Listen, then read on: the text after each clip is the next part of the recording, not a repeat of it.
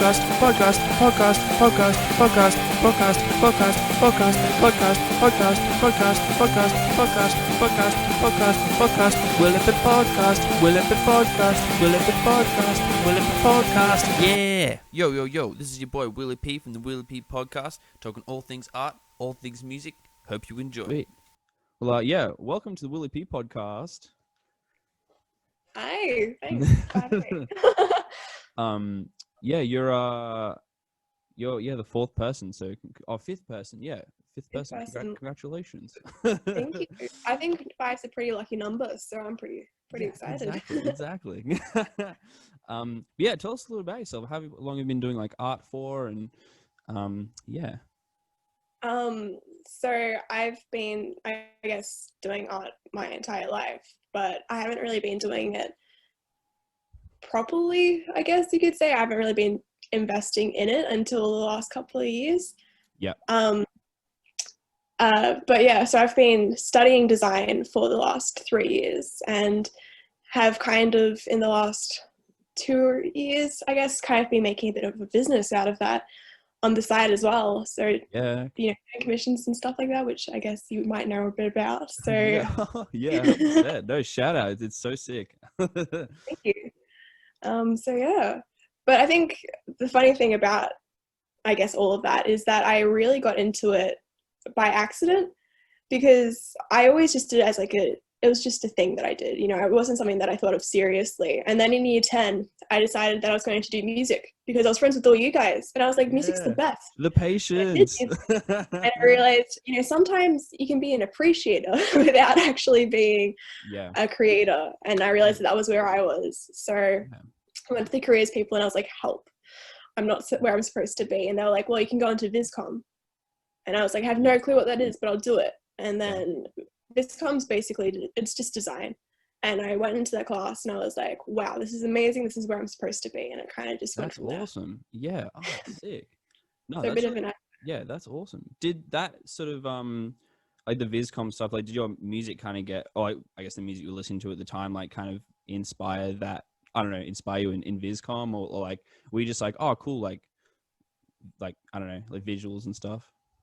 I think I definitely did, because I remember at the time being really, really excited by, I was never into Lady Gaga, but I remember like seeing her pop album cover and thinking this is the best, and getting really into that album. Yeah. And that kind of style, and also all her video clips and stuff for that, really like inspiring me moving forward.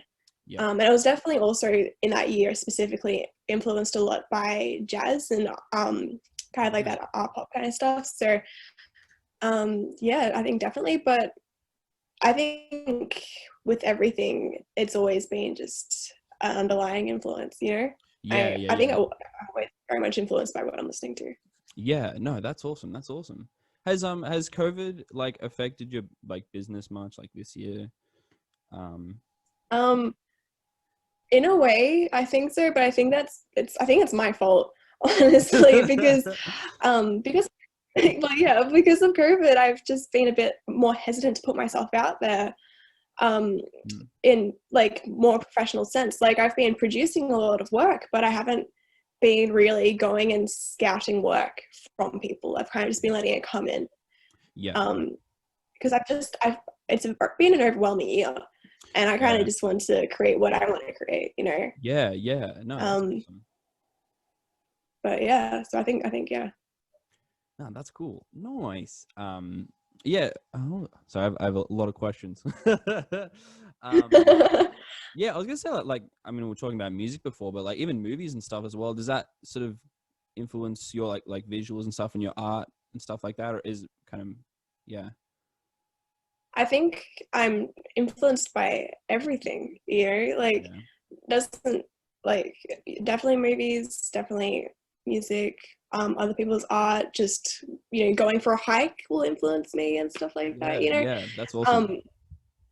I think like that's something. Hello. And designer will say that like what you are, I guess, immersing yourself in your life is going to be influencing you in some way or another. Yeah. I couldn't say like it influenced me in this way because I can't be like I don't really have any movie that specifically influenced me in a certain way or something like that, but yeah. I think definitely. No, that's what. So when you're In making general. your own art and stuff, is it like, do you kind of like, oh, I'm feeling this at the time, and I kind of like want to express that, or is it more like, you'd be like, oh, I'm gonna plan this out, and like this is how it's gonna be, and it's gonna be sick, or is it just kind of like, I'm feeling this way, and then you just kind of start drawing, and it happens. I guess it depends on what I'm doing.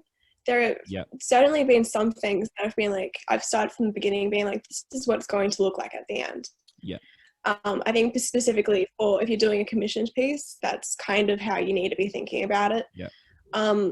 But I think for the most part, it just depends on my mood. Like for a lot of my surrealist stuff, I'll just be in a mind space where I kind of just don't want to be thinking about anything.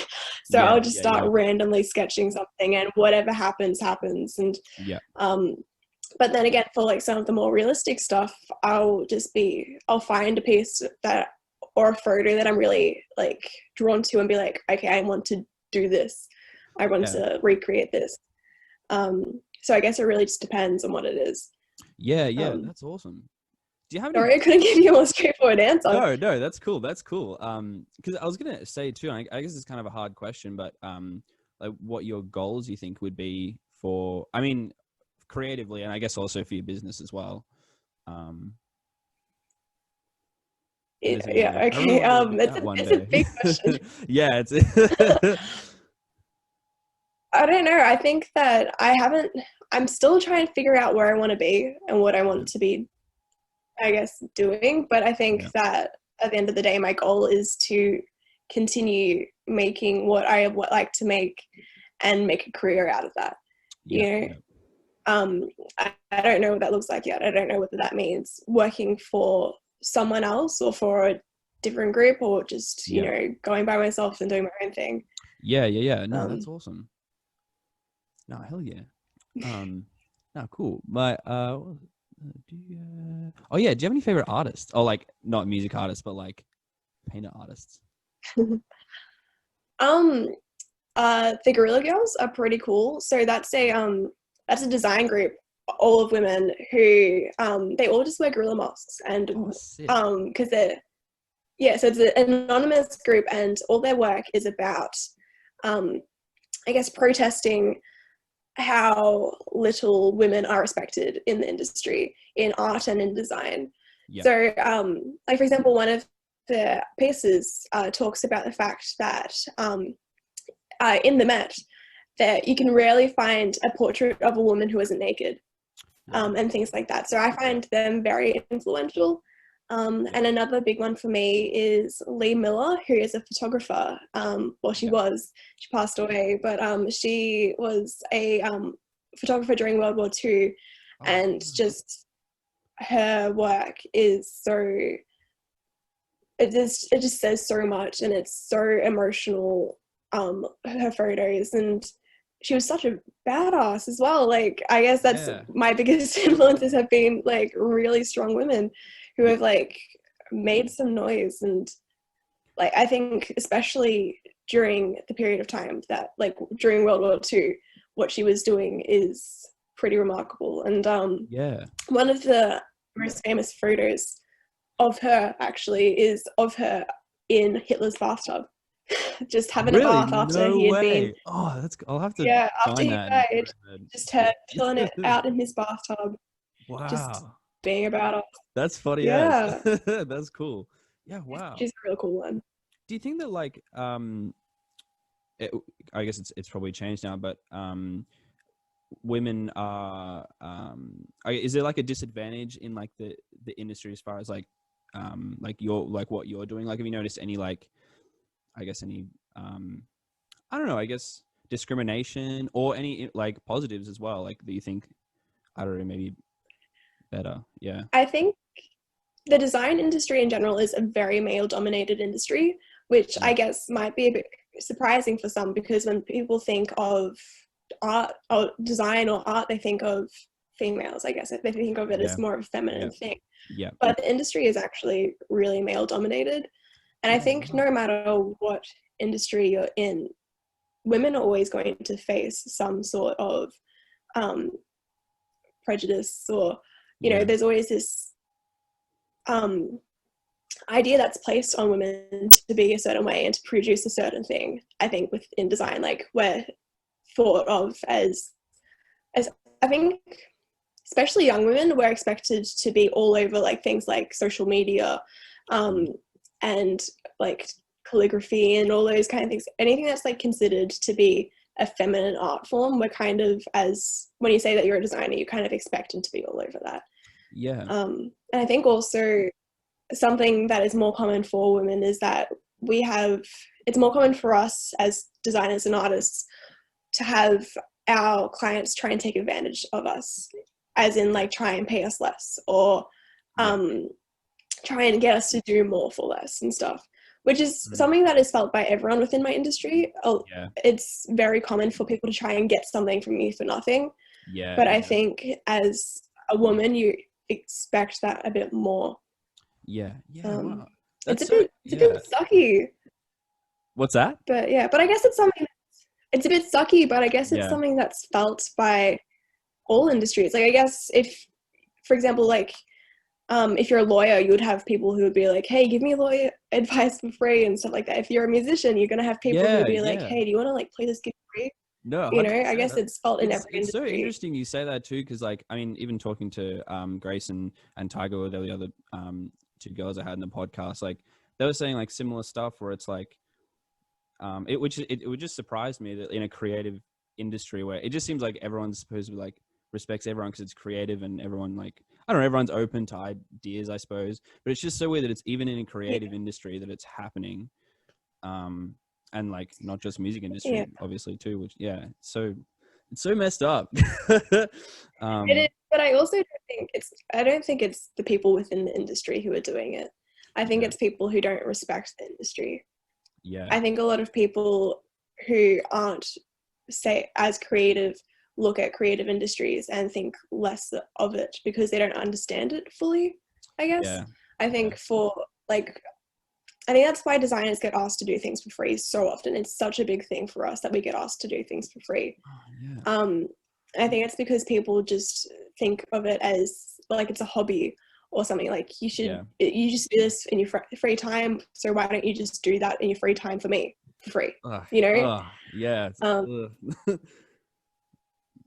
I guess if you're working in something and it's like not something that you love, you know, and it's actually just work, I think that maybe you look at people who are working in an industry that they actually love and kind of expect them to, because they love it, just do it. That's a good point actually. And it makes a lot of sense. Like, oh, you're having fun at your job, so I guess like money doesn't matter to you. And it's like, well, everyone's got to live. Like, well, exactly. You know, I still got to eat. 100%. I guess that's like everyone's. Well, definitely my goal would be like to be able to live off doing art like 24 hours a day. Seems like a pretty good life. Would you say in your art, I suppose maybe it depends on your mood, but would you say you sort of gravitate with your own stuff more to like the darker side of art or the lighter side, or just kind of like whatever you're feeling at the time? I think it definitely does depend on what I feel, but I think in general with everything I kind of gravitate towards the lighter side, if that makes sense, because I think in life you experience so much crap that I don't understand a lot of the times why you would go and seek out feeling uncomfortable. You know, that's why I never understand horror movies. Why would you go and try and be scared? I don't understand it. Like life is so much crap already. Why would you add more on top of that? So I guess that would. I don't know why I'm fascinated to it either. It's weird. Why do you like horror movies so much? Well, I don't know. It's weird because I mean, I watched this guy I watch online. He's like a professor at Harvard. His name's like Jordan Peterson. I don't know if you've seen his stuff. But he was talking about. He used to be like a psychologist, and then he became like he worked for Harvard. I think he's a Canada now. Anyway, it doesn't matter. But he was talking about how like why people like gravitate towards like darkness, and he was like explaining like the Harry Potter movies, for example, and he was like how Harry Potter is obviously everyone's like favorite character because he's got like a lot of I guess darkness in him, but he uses it for good. I thought that was kind of like an interesting thing, which I don't know. I mean, I guess he sort of explained also like with World War II and stuff and all that crazy stuff like the Nazis did and stuff. And he said like, you know, everyone's, if you think you're not capable of doing that, like you weren't there in like experiencing all the crazy stuff in World War II and all the propaganda and stuff. But the stuff about Harry Potter was very interesting because it was like, yeah, why does everyone, I mean, like, why is not every movie just like a happy all the time? Like, why is it always going to be like a bad thing? It was really interesting. I was like, oh, like that kind of makes sense that everyone kind of, I don't know, gravitates towards the hero. But that still doesn't explain. Well, I guess it's a different thing though. I don't know.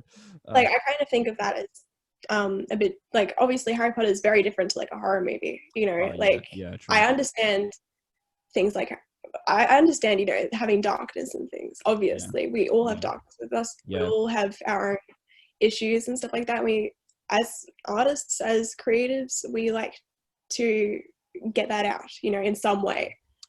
But I guess my thought was more about things that like the entire purpose of it is to make you uncomfortable or to make you scared. Like there are some creatives who all their work is specifically made to make you feel like uneasy, and that's not something that that's something that I don't understand. I do understand. I get things like that, you know, like obviously when you look at like a World War I movie or something like that, like it's supposed to make you feel that way because it's telling you that story. But there's a difference between that and like a horror movie, if that makes sense. I'm gonna have to think about that. I don't know why I don't know. That's really interesting. Others, it's a good point. It's like, shit. No, that's cool. Well, so that's all I mean. Like I obviously, you know, I love things that are like edgy, and I mean, like I went through like 3 years of obsessing over My Chemical Romance. Like I get the edge, but like there's a difference between getting the edge and enjoying the edge and wanting to be uncomfortable.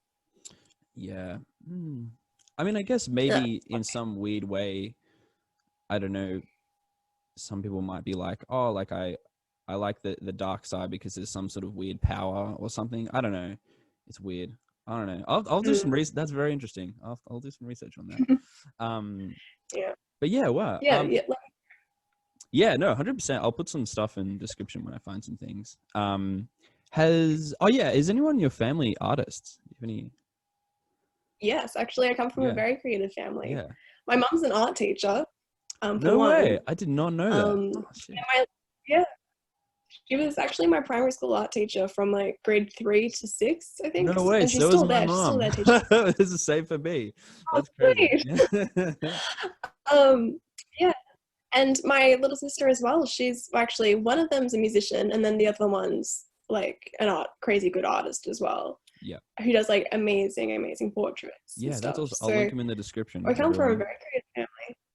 That's awesome. Awesome. That's cool as. So they're both very much a creative family. Are they similar styles to you, or like have they kind of branched off and done their own sort of thing? Very different. Oh really? Very different. Alex, my little sister, who does portraits. She's really into like realistic like pencil illustrations. That's cool. I shouldn't even say illustrations because they're like realistic portraits. That's and that's very different to what I do, because I find that like I can do realism, but I find that very difficult to do because I get impatient.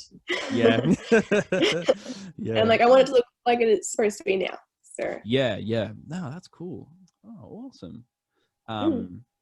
Would you have any advice for someone kind of like just sort of starting out, I guess, in in the industry? I guess like coming out of high school, or like, I don't know, maybe starting like a uni course or something like that. Definitely. I think that the best thing to do is just talk to the people closest to you who are already in the industry, because you'll hear a lot of people talk about what it's like in the industry, but I think that the closer you are to them, the more honest they're going to be with you. Yeah. Because as honest as we all are trying to be, you know, everyone has different experiences. To find someone who is like a teacher, or you know, go and find someone on Instagram and like send them a bunch of questions. I can guarantee they'll love to hear from you. Yeah. And something else that I find really great is the fact that as a young designer, you can literally go reach out to pretty much anyone, any creative photographer, designer, illustrator, and ask them a bunch of questions about what it's been like, and they will be thrilled to hear from you. And that's, I think, the best thing that I did was reach out to a bunch of people and ask, you know, how did you get to where you are? You know, what advice would you give me? And everyone has different advice. Yeah. So I know that's my advice, is go ask a bunch of people. Yeah, no, their advice. That's good advice. Everyone's going to apply to you. Yeah, not everyone's going to apply to you, but a little bits and pieces will. And it also is a really good way to network, and that is super, super important as like anyone. If you want to like be successful, you really need to be. No, 100%. Like sending DMs is like super like underrated, I think. I remember in high school, I think when the band had like just started, like towards the very end, and I was like, this is probably isn't gonna work, but I'm just gonna start DMing like famous people and like just see if they reply. And I got like a few replies. I got there's this band Let Live, who I really love, and their drummer, I like DM'd him. I was like, hey man, like I'm like a big fan. I think I commented on one of his I commented on one of his stories, and then he like liked it. I was like, oh my god, this guy liked. He saw it. Yeah, he saw it. And so I was like totally fangirling. Anyway, so I sent him a message. It was like, hey man, like I'm a huge fan. And even like recently, I don't know if you know the band Violent Soho. They have their bass player. He's got like super long hair. He's like super dope. He's like a photographer too, actually. I'll link him in the below. He's pretty cool. But I sent him a message. I think it was the same thing. I like reacted to one of his stories, and then he was like, oh, thanks man. I was like, what? And I was like, it was really cool, because like he sort of was like, he's like, oh, like, are you in like a band? Because I was like, oh, I'm a big fan of like, you know, your bass playing and stuff. And he's like, yeah, you in a band? And he totally like listened to like Laser Lips and like M-Swim, and I was like, oh my god, sweet. I was like totally fangirling so hard. It was so cool. But I mean, I don't know if we're friends, but I'm gonna say we're friends. Well, definitely say you're friends. Exactly. It's networking. Exactly. He likes my stuff, like. But yeah, that was like a really cool thing, and I guess it's weird because when you first start out, it seems like, I don't know, when there's someone like you really look up to, like you're like, oh, there's no chance like they would like message back, or like, you know, they're on like a different level or whatever. But you know, it's I was really surprised that it's like everyone's kind of, I don't know, searching for the same thing, and everyone's kind of giving advice and stuff. So no, it was really cool. And so that's good advice for asking other people to do advice. That's good advice. Get out there. It's also like the best feeling hearing back from them. Yeah, like, exactly. Yeah. No, 100%, 100%. And if you look up to them too, it's like, oh, like you're more likely to take on the advice too. Like, oh, I'm going to do that. No, definitely. A little bit off topic, but I've got to ask, because I've been asking a few people, do you have any ghost stories or ghost experiences? And do you believe in ghosts too? I'm just throwing it all at you. Okay, I guess I don't really have any ghost stories per se. Yeah, that's cool. But I do kind of believe in them. And here's why. And I have science backing me on this. Yeah. This is like my very logical reasoning behind this. So there is a certain amount of energy in the universe, and none of that energy can ever go away. When energy can be replaced somewhere else and move around, but it can never like just poof, vanish, right? Yeah. Humans are energy. So when we die, our energy has to go somewhere. So it's very plausible that there are ghosts. And linked to this, I believe that we have multiple lives. Yeah. I will go into another human. No, that's cool. So while don't have ghost stories. I fully have other life stories. That's cool. Oh, do you know where do you think your past life was? Do you have any like do you think you were creative in your past life? I have no clue, No. but I will say though, I am convinced that I was murdered in my past life. Oh, I guess no.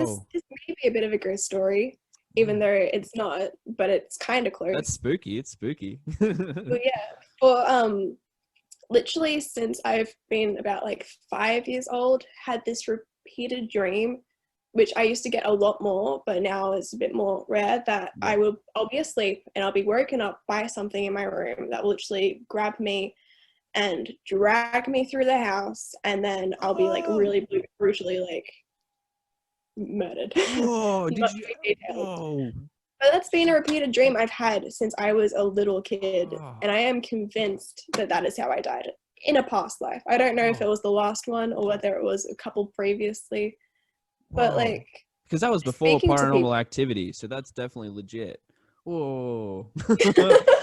I've never even seen Paranormal Activity, so I didn't know that was related. Oh, whoa, damn. No horror reviews. Yeah. So, but I've spoken to people, and I have spoken to people who have been like, oh, I've had this repeated dream of like dying in this certain way. And like, I think that like, I don't know, it's my belief that if you die in a particularly horrific way, that can like follow your energy into your next life. And that can be a dream. And I guess that's why some people as well have like unexplained phobias of certain things. Maybe like if you're afraid of, like deathly afraid of water, maybe that's because you drowned in a past life and you just can't deal with it, or something like that. Yeah, that's my belief. Yeah, it's not a ghost thing, but no, but like I guess it's a spiritual thing. That's that's spooky. Yeah.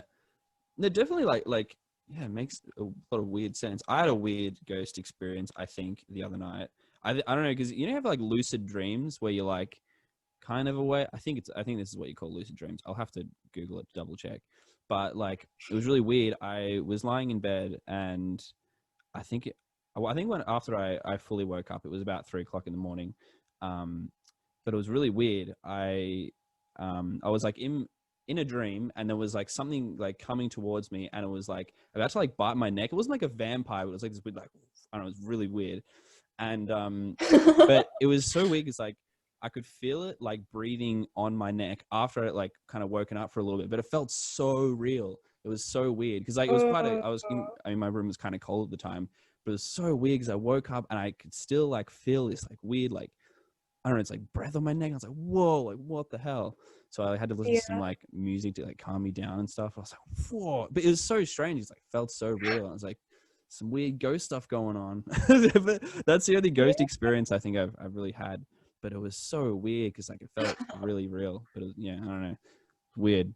But yeah, maybe ghost stuff. Maybe my house is haunted. Maybe it is. Yeah. I don't know. Did you guys build your house? Did you build it on something else? Well, actually, funny you should say that. Our house, well, before we lived in it, got burnt down at Ash Wednesday fires. So I mean, not that I don't think anyone like died in the house or anything like that, but maybe there's some weird like ghost stuff going on. Maybe I'm gonna have to get the ghost hunters out, suss this shit out. Yeah, definitely. Definitely, you need to do some investigation. Oh, I do. I'd be looking into that. Yeah. Oh, 100%. There should be a special podcast is investigating the ghost. Oh, ghost encounters. I can see it happening now. Yes. Yeah, we'll start it up. We'll start it up. Oh, it's so cool. What's that? I didn't say anything. Oh, okay. So I think my internet's a little bit weird. It's actually funny. Okay. I promise we'll stop talking about ghosts in a second. But I was about to. At the start of this, I think it was like in between the two lockdowns, we had that like, I don't know, 2 or 3 weeks of like nothing, and I was like applying for like a bunch of jobs. It's crazy. I've had like 5 jobs this year. It's ridiculous. But I was about to go and I applied for this job, and it was for like, I don't know why I did it. It was very silly, but it was cleaning up like crime scenes in Melbourne, but also like cleaning up like really dirty people's houses as well. And I decided a little bit afterwards. Yeah. Well, I don't know. I was like, it's gonna be gross. I was like, oh, it probably pays pretty well. Anyway, I quickly changed my mind after I talked to my family about it for like a week.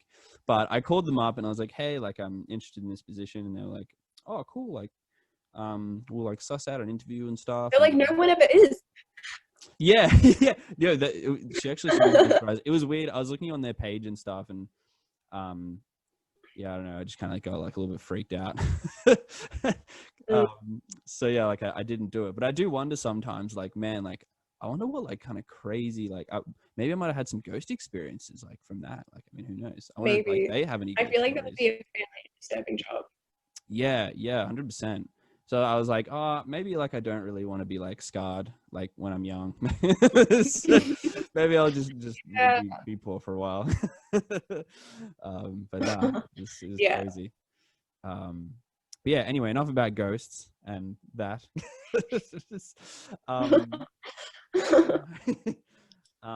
you have any other like creative outlets, like apart from like your, I mean, I guess you seem to do lots of different types of art anyway, but like with music or like filming, or I mean, I guess you've like sick photography as well. Like, is there any other? Yeah. I have been delving into the world of sewing a bit more. Oh, dope. Which has kind of just come around because like I've always just fixed up things, but I've gotten a bit more into it because I've kind of just recently found that I can't sit in front of the TV and just watch it. I have to be doing something. Yeah. I'm kind of becoming a bit of a nan. Yeah. Nice. This is actually the true devastation of COVID, is turning a 21-year-old into a nanny. Nan. True. But yeah, so I guess I do that a bit. I have always really loved sculpture. I don't do it anywhere near enough, but I just enjoy making things. Yeah. So yeah, I guess anything to do with that. Sculpture is like huge creative outlet. or like it's like pottery. Would that be kind of sculpture? Not really. No. I've never actually experimented with pottery. I have done a bit of clay stuff, but not a huge amount. Most of it has been like, I guess, wire based. Like cool. Making things out of like mesh and out of dope. Like wire and stuff like that. Or like a thing I did recently was I made these 2 wings out of wire initially, and then I used a whole lot of pine needles to basically like create the actual forms of these wings, which was pretty cool. Oh, that's mad. That's cool. Do you think you'll like sell it on your page or anything like that, or do you think you'll kind of, is it just kind of like your thing? No. I don't think it's something anyone would actually want. It's a headpiece that I had to make for uni, and it's like this headband that I've made out of wire, and then at the front are like these 2 wings that just literally, I don't think anyone wants it. I don't think I can get rid of it. I'm pretty proud of it, but I think it's just going to be a me thing. Yeah. Oh, dope. Yeah. I was going to say, I love exploring. What's that? I definitely love like exploring stuff. Like, I'm currently teaching myself how to paint with fire. Whoa, with fire? Yeah, it's like this thing where you that's cool. It's this thing where you literally use a flame, so like a match or a candle or something like that, and you just brush it over the surface of like a canvas or paper and stuff like that, and basically it burns the paper and creates images out of it. That's cool. So it's been something I've been experimenting with, which is a bit dangerous because I'm a bit of a pyromaniac. So, but also it's like come full circle, you know, accidentally setting things on fire in primary school, and then now I'm making art. Whoa, it's dangerous. Yeah. Yeah. Oh, that's cool. Yeah. Wow. Have you ever burnt yourself, or like, is it pretty easy to not burn yourself? I don't know. Oh, with the fire painting? Yeah. I haven't burnt myself yet. Touch wood. I 100% will. Yeah. But I'm also really bad because I've burnt my hands so often that now when I do burn them, it takes me a while to realize that I've burnt myself. think I've just. Oh. Hello. So I think I think you glitched out for a little bit there. What were you talking about? The fire stuff? Yeah, I was gonna say, Um. I was just saying that. Yeah. Am Oh, I go still for it. Go glitching? for it. I think there's a weird delay thing going on. Yeah. Okay. Okay. I was just saying that I've met myself so many times now that I don't even realize when I do. Oh, yeah. That's cool. No, that's awesome. Oh man, I'm gonna have to try that. I feel like I'd be really bad, but I'll give it a go. That's cool. Do you think you'll put that into your like you'll like eventually kind of put that up on your page or sell it, or is it just kind of like a fun thing you're kind of working on, like in kind of your pastime? I guess it depends on how they look at the end. Yeah. Like if it's something that at the end I'm like, actually I'm super proud of this. This was pretty cool. Then I'll definitely share it. If not, it is staying in the vault, which is it's a pretty packed vault. But yeah. No, that's cool. Has any of that stuff I guess influenced you, like the stuff you're putting out on Instagram and stuff? Like, is any of your like old pieces like inspired you, I guess, to be like, oh, like I'm gonna put that into this, or I guess using old ideas that maybe you threw away. Yeah. I think in a way sometimes I guess we're always inspired by what we have already created. Yeah. But I don't know, I think that I don't think it's ever really the same art that I kind of revisit, more so like I'll create something and I'll be in like feeling a particular vibe or trying to like portray a particular vibe, and maybe I didn't quite succeed in that, and now I feel a bit more capable in doing that, so I revisit it, if that makes sense. Yep. But also a lot of the surrealist stuff that I've been putting out more recently, I started exploring that earlier in the year, and how I explored that wasn't really portraying it in the right way, so I revisited that and tried that again and did that digitally, and was actually finally getting that vibe that I was looking for initially. Cool. So that's awesome. I guess yes. Yeah. No, that's sick. That's sick. Yeah. Is there any? Oh yeah, this is a bit of a. It's kind of a hard question. I was thinking about it. I was like, I'm not really sure how I would answer it. But has there been any art pieces, or I guess this could be more broad, music or movies as well, but has there been anything that I guess has changed your perspective on something? But maybe like you I don't know, was sort of had an idea of what something would be like before, and then someone would be like, I don't know, give a different perspective on something that would like, I don't know, change your perspective on something. It's kind of That's a loaded question. I think I think the answer is definitely, and I think constantly. I think that whenever you're introduced to something that's new and that you haven't exactly been, I don't know, been privy to, or you didn't know existed before, as soon as you're introduced to it, it changes, I guess, everything that you, as a creator, produce, or how you think and all that. I think 100% yes, definitely. I couldn't pinpoint anything specifically. I just think that in general, whenever I'm introduced to something that's new that I haven't like known of before or haven't like explored properly before, I think it always like changes what I do.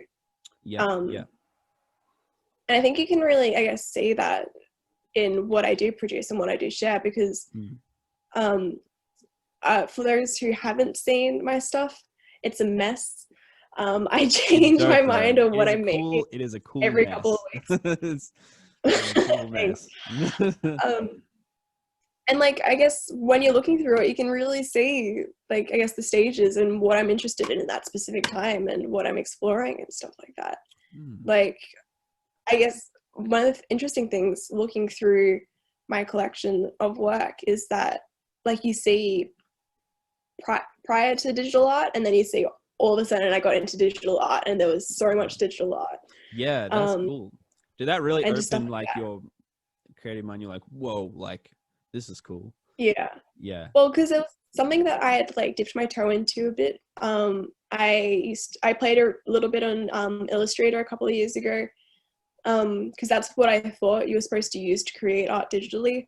Yeah. And then last year I like begged my parents for a Wacom because I was like, I want another creative tool. Yeah. They gave it to me and I was like, oh, I don't know what to do with this. And then I saw that someone used Photoshop to paint and I was like, that seems wrong. It's literally called Photoshop. Yeah. We like that But I cheating. gave it well, yeah, and I had to try drawing on Illustrator and I realized that it did not work for what I wanted to produce. And then I was like, okay, maybe this crazy person that I've heard of who uses Photoshop, maybe they're onto something. Yeah. So I started using Photoshop and I was like, oh my God. And then I realized that a whole lot of digital artists use Photoshop. Yeah. And that this crazy person wasn't so crazy. It was actually a lot of crazy people who were just doing it. Cool. And did your uni when I teach finally you Photoshop stuff or like did you kind of discover it on your own, like digital art? My current course doesn't really. I had to do I did a diploma of graphic design, which basically was just a 1-year crash course on the entire Adobe suite.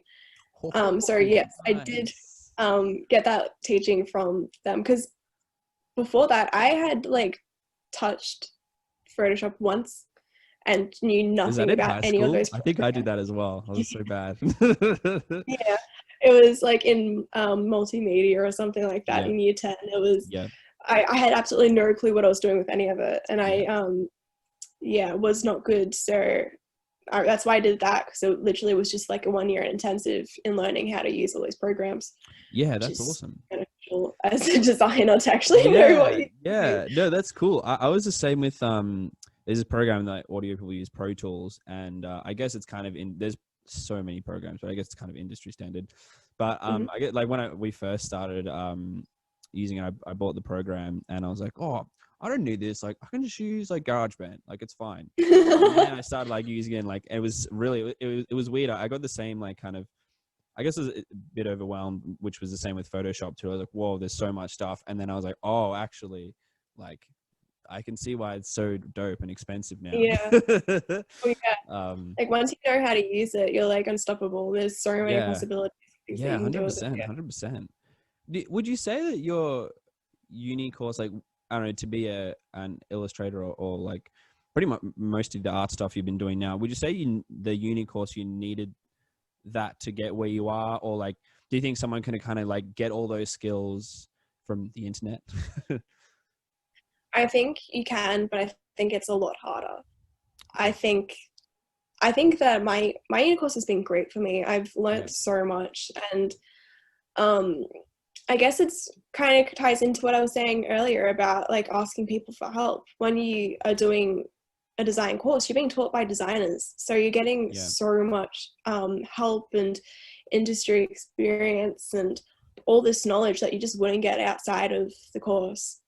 I guess with the whole developing the style stuff, I think that happens regardless, no matter where you are. If you are producing and developing on your own work, then you're going to get better and you're going to learn those skills if you seek them out. But I think that what you can't get, that you get from, well, that I've been getting from my course, is the knowledge of how to navigate the industry. And like we're getting this knowledge from people who have been doing this for years and who, know what they're talking about. And personally, I feel so much better getting this information than if I was to be doing this all on my own and I would be going into everything blind.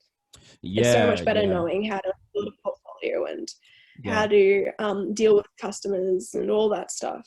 That's before actually doing it. Yeah, that's such a good point. Like, because I was kind of the same too. I mean, when I was at uni, I asked my lecturer, I was like, oh, do you know like how to do like pricing and stuff, or like for like new clients, if you like had a studio and stuff? I was like, how does that work? And he was like, oh, you usually like pay half of the staff and half at the end and stuff like that. And he kind of went through like all his like experience about how he'd been stitched up and stuff and like people not paying him. And I was like, it was really cool because I was like, no one would like ever, like, I don't know, I feel like you'd have to find, maybe people on YouTube would like give you that stuff, but I don't know. Yeah, it's really cool, like that kind of life experience, getting that from a lecturer. Yeah, and also when you're getting it from a lecturer, they're like in the experience as well. They're telling you like how it would be for you because they're like if you get some information from someone off YouTube, they might be from like New York telling you what it's like in New York, and that's not necessarily the exact same as in Melbourne. Yeah, you know, there might be some similarities, true. but like, you know, everything works differently everywhere you go. Yeah, that's so another benefit, true. yeah. That's a very good point, actually. Yeah. Oh, but it's weird too, because I mean, I've been thinking a lot about it, and especially for my course, and I think it seems like, and I only speak for my course, like could be very different, but I think it would be harder. I think skill wise, I feel like people might be able to do it themselves or on like find YouTube stuff. But definitely like, man, industry experience, like, I learned so much from that. And yeah, even just like going into like a professional studio. And I guess like in the olden days, people would probably just, I don't know, try and like clean toilets at a studio or something until they're good enough to like go to the next step. Yeah, 100%. But it's really cool. I'm nowadays that like you don't have to do that. You can just do a course and learn it all and stuff. But yeah, that's very interesting. It's definitely a leg up doing a course because you're like considered by employers to have more experience than someone who hasn't done the course. But I think with anything, well, maybe not with anything, but I think with most things that if you don't want to do the course, you don't have to do it, but it's a lot harder. Yeah.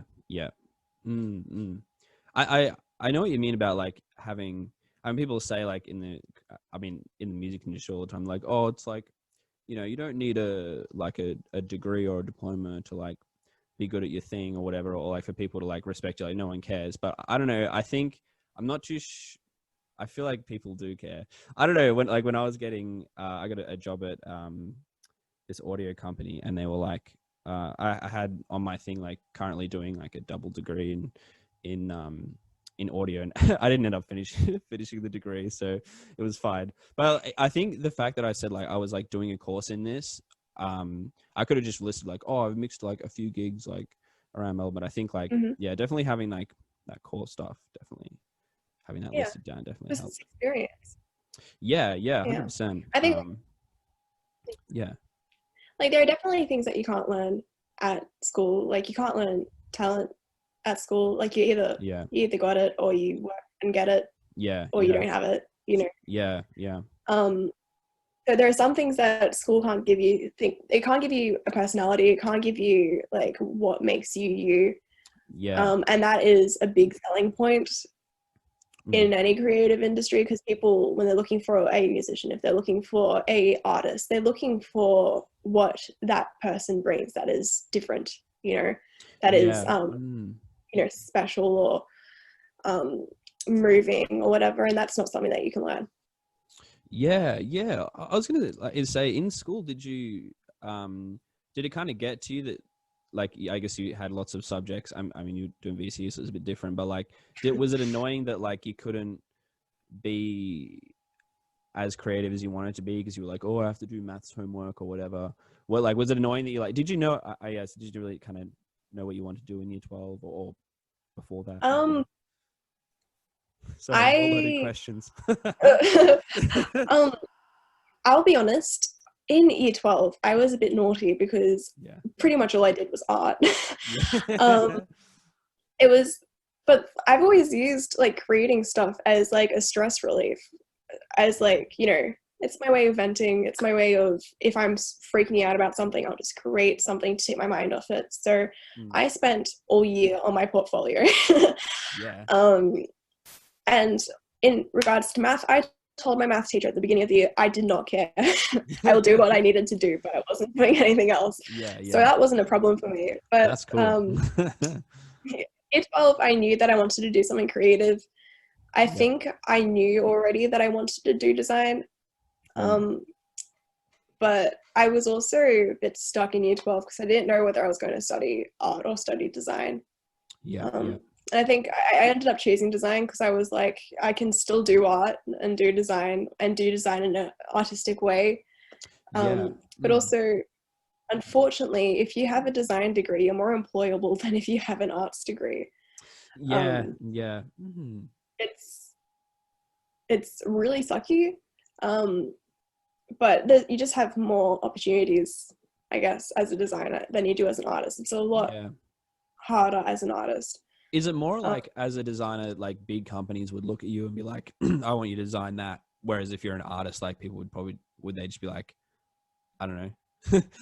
I think my well, at least my opinion about it is that when you look at when a company looks at a designer, they think, okay, this person can also do marketing, they can also do social media, they can also do all these other things that are related to design, which is how I managed to get a job in marketing, because I was doing a design course.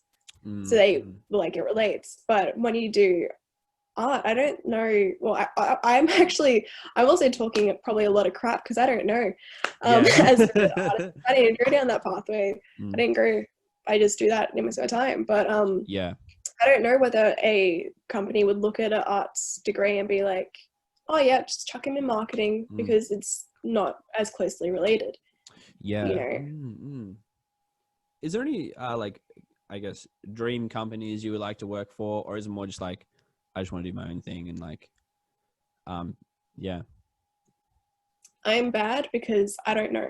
I don't know I don't know the answer. I don't know whether I want to work for a company. I can say for certain I don't want to work for a big company as like a specific designer for them. I've learned very quickly that brand identity is not for me. I don't like it. I don't like anything that's corporate. Working for a big design company, I'm not sure if that's for me either. I might. But I don't know. This is. I didn't know design companies like existed until you told me. I was like, that's cool. Like, so like that's awesome. Well, there's so many design studios and all that. I don't know if I could work for a big one. Maybe a small one. I don't know if I could work for myself. I think that I would be lazy. I think I need. Because I just don't want to have to deal with all the admin stuff.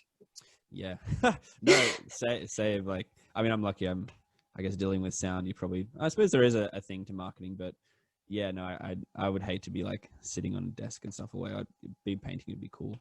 I was really curious too, like about, and I suppose something I realized going into COVID, I don't know, a lot of times before, I guess probably in the last 3 years, I'd start a project and then I'd kind of get like halfway through and then I'd be like, oh, I'm really into rock music now. And then I'd go into rock music and then I'd listen to electronic music. I'm like, oh, we'll do electronic music.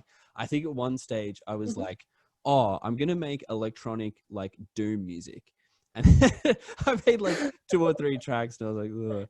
But I mean, I was really curious, like when especially with COVID, I got like, I mean, I was like, all right, I'm going to make like an album and like, I'm going to like kind of plan it out and like, I'm going to like try and stick to it. And it was really weird. I learned a lot about, I guess, the creative process, but I'm just curious if it was the same for you.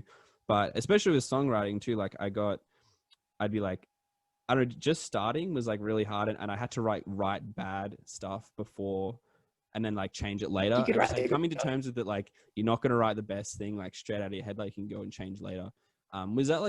Is that a big thing for you with like visuals and stuff? Like you like, oh, I don't like this. And then you're like, all right, I'm going to come back to it later, or That's actually a big thing for me. One of the big things that I do is I try when I'm designing stuff or if I'm just jotting down ideas, I don't use pencil. I always use pen because it's my thought that even if it's not something I'm going to use, no idea is really a bad idea because I can just take things from it and use that somewhere else. So I don't give myself the opportunity to be able to rub it out. I just, draw with pen so that way I can nut out all my ideas. And I think that's kind of my process with most things. If there's something that I'm working on, like maybe if I'm further down the track and I'm working on maybe a design and I'm not really feeling it at that moment, I have to just take a 10-minute break and then come back to it because something I've learned about myself is that, you know, sometimes just in the moment, you're not feeling it and you've just been working on it too hard for too long. And you just see all mistakes, you know, but that's why you have to that's why I take a step back. Yo, I relate to that so much. With fresh eyes. Yeah. Oh man. Because it's like, like, I should keep going. Like, I need to like work hard. And then, but then it's like, then you, you just, No. I'm so glad you mentioned that. I'm glad I'm not the only one. Do you think well, it's a big thing. Like, we're all encouraged to do it. Yeah. Oh man. No, that's cool. Do you think you've improved, like with that being like, has it been easier to, I guess the more you've done it, like accept like, okay, like even though I'm not too sure about this idea, I'll write it down anyway. Has it been, I guess, easier for you to do that the more you've done it, I suppose? Yeah. Yeah, definitely. You get into a routine with designing, as mundane as that sounds. Because like obviously what you're producing is not routine at all. But like when you have a set process with the whole nutting out of ideas and how you deal with it when you've kind of had enough of it, or if you're not liking it, once you do it enough, it just becomes habit. Definitely used to it. That's also because I definitely noticed too, like when especially like when I used to flow a lot easier, and then it kind of stops. Like if I don't do like lyric writing for a while, I'll be like, oh, I noticed that like I'm not as good with this now. You have to kind of like build myself back up again. No, that's super interesting. Is there anything you would change about the industry you're in, like at the moment, like any like things that like kind of pissed you off? You're like, oh, like I wish that was different. I guess the attitude towards the industry, like what we were talking about before, about outsiders' perspective on what we do.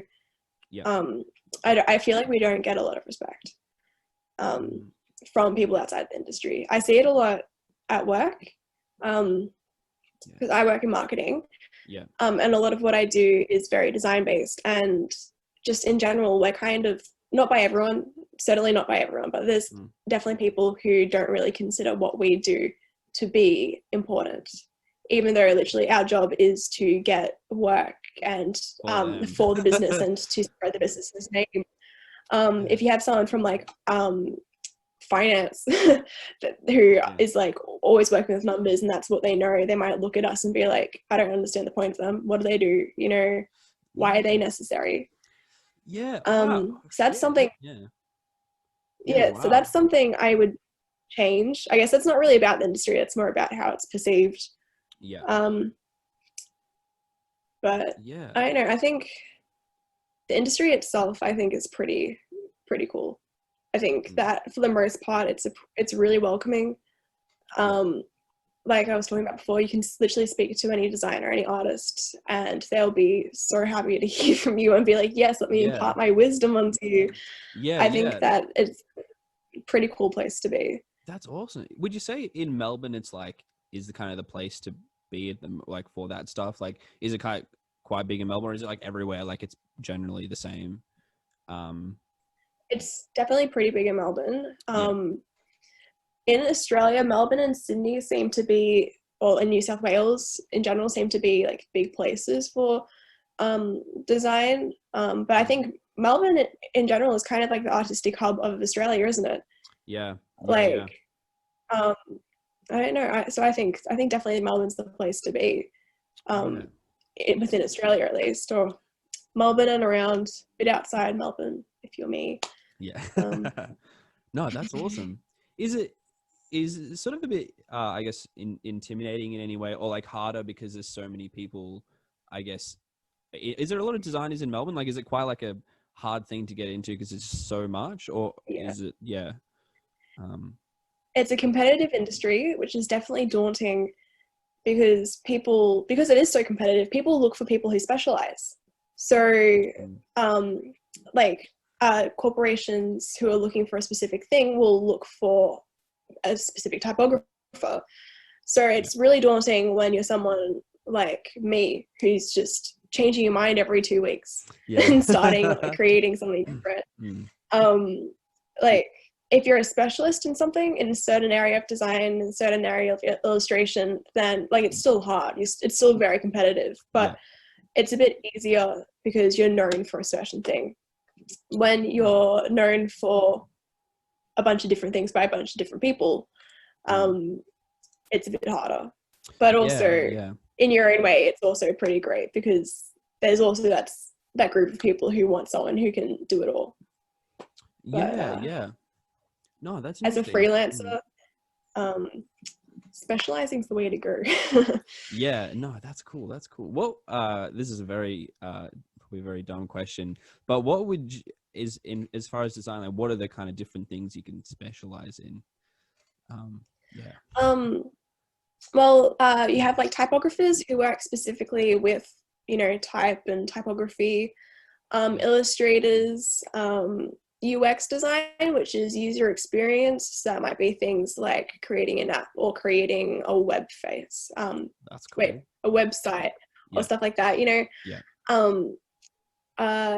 You could have like people who work in publication, so that will be like creating newspapers or books, and then you just have like, I guess you would say, your mainstream designers, who would be people who work on flyers and who work on stuff like that.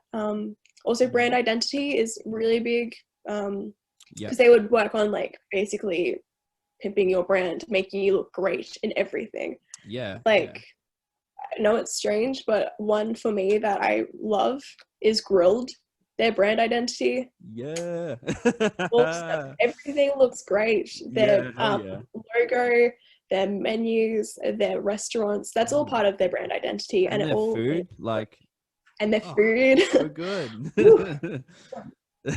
I'm a big fan of Grilled. What's your go-to grilled burger? I'm not a burger person. I'm a Caesar salad person. Oh, nice. Caesar salad and some fries.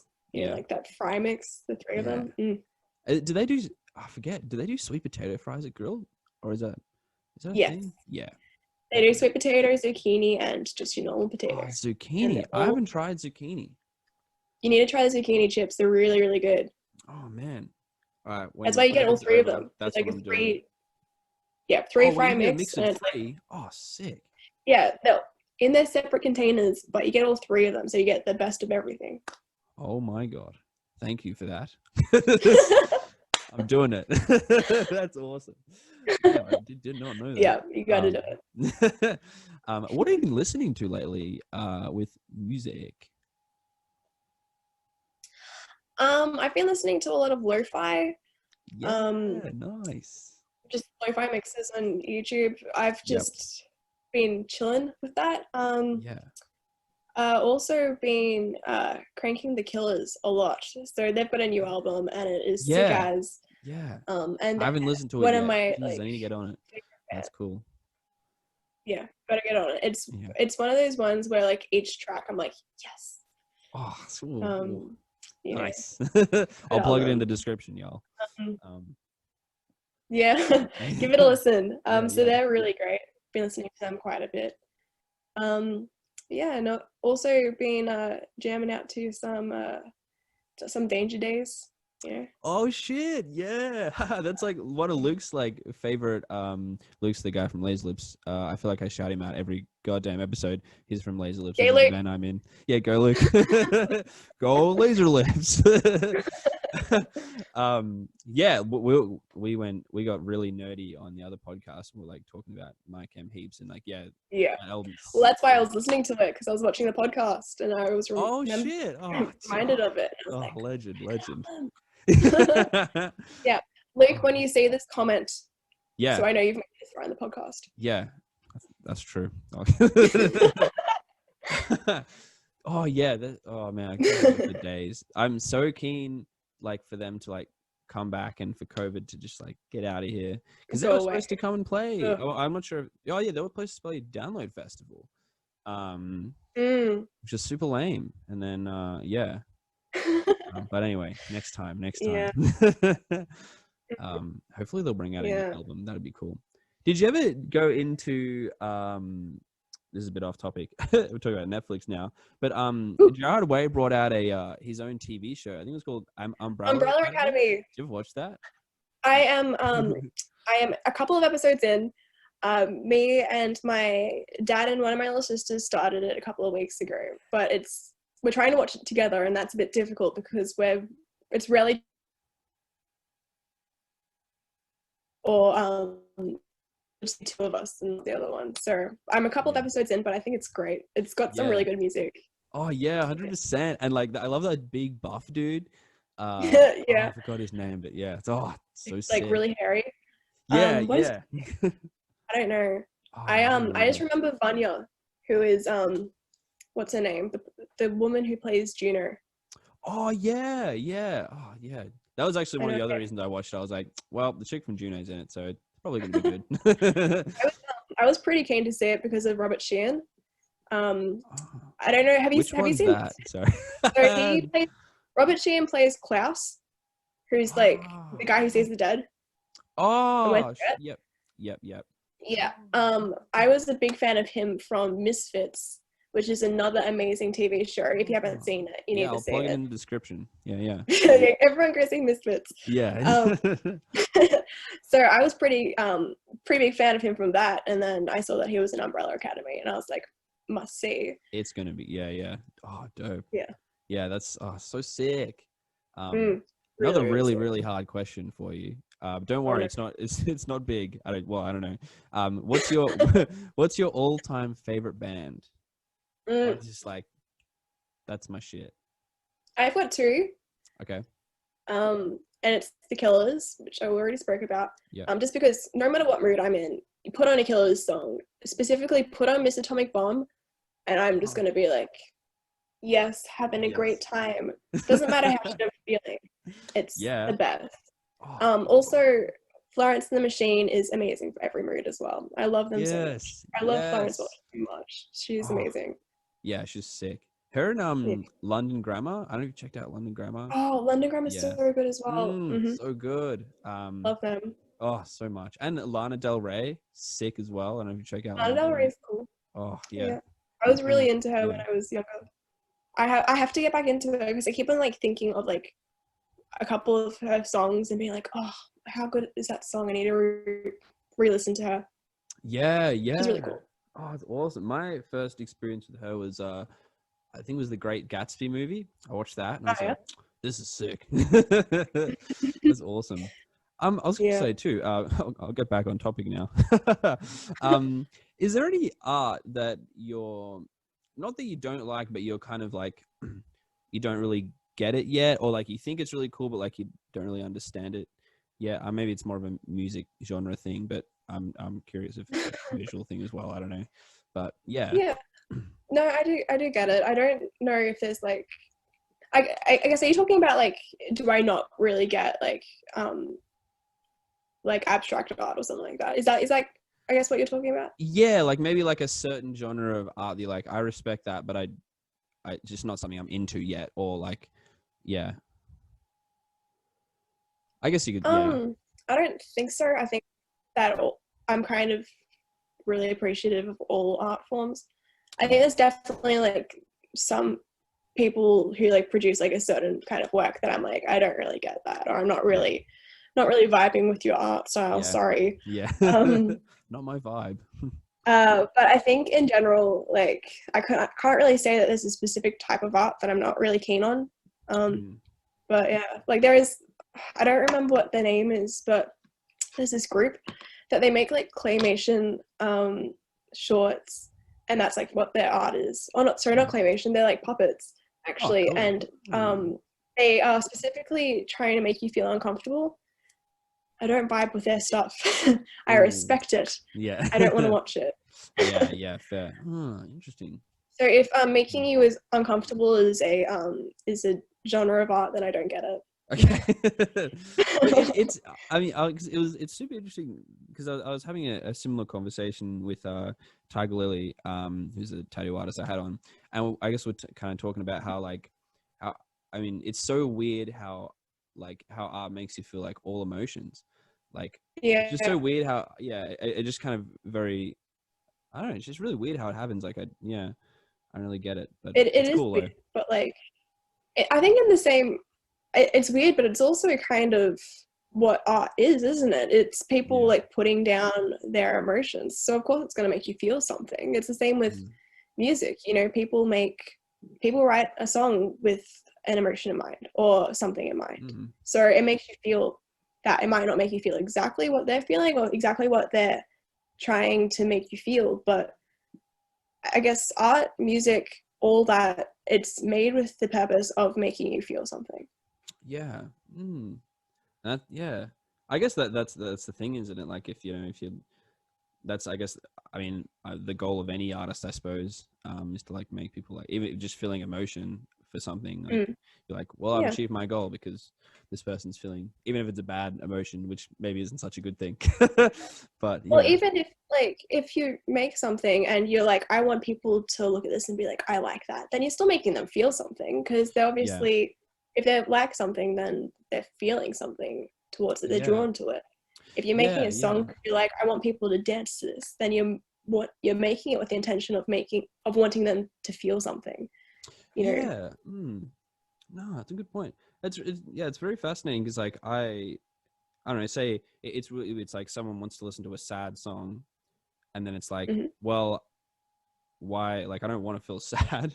Why do I want to listen to this song? Or like an angry song or something like that. It's like, well, why do I want to listen to an angry song? And I guess it's kind of the thing we were talking about before. It's like, why do I like dark music? I don't know. Yeah. That's a very big question. I'm It's a gonna way have to think of about feeling that. Damn. Yeah. No, it's super interesting. Well, it. thanks for coming on. Yeah, those are Awesome. mad chats. Yeah, thank you so much for having me. No worries. Yeah, next time you do your next like thing, we'll have you back on and we'll talk about it, and yeah, it'll be sick. Do you have anything in the works? Cool. Anything you're working on at the moment? That you're allowed to share, or is it all secrets? It's all top secret. Yeah. I'm kind of I'm kind of at the moment kind of just focusing on just mythology, I guess. It's a university thing, but we're looking a lot at like myths and fables. So I'm kind of trying to figure out how to interpret that. That's So cool. I guess that's what's coming up, is mythological stuff or fairy tales. We haven't decided. That's sick. Oh man, that's cool. So you're gonna do like some, like, is it like a painting or like a drawing thing, or like they're just gonna do like research on it? So this is an assignment that I have to do for uni. Yeah. And basically what we have to do is choose a fairy tale or a myth, and we have to like bring it into a modern context, and then we just have to create stuff off it. So you're supposed to make a collection of different things. So it's going to be a bunch of different stuff. Yeah. Oh, interesting. That's cool. Well, yeah. Tell us all about it next time. Whatever the next episode. 100%. Awesome. Well, yeah, we'll have you on soon. And yeah, thank you for having me. No worries. Thanks again for if coming you're not on. already like liked and subscribed down below, Yeah, go do it. Do it. Yeah. Oh, and turn the notification bell on. Is that, notification bell? I think that's how YouTube works. I think so. Oh, that's hell yeah. Awesome. All right. 1 sec. And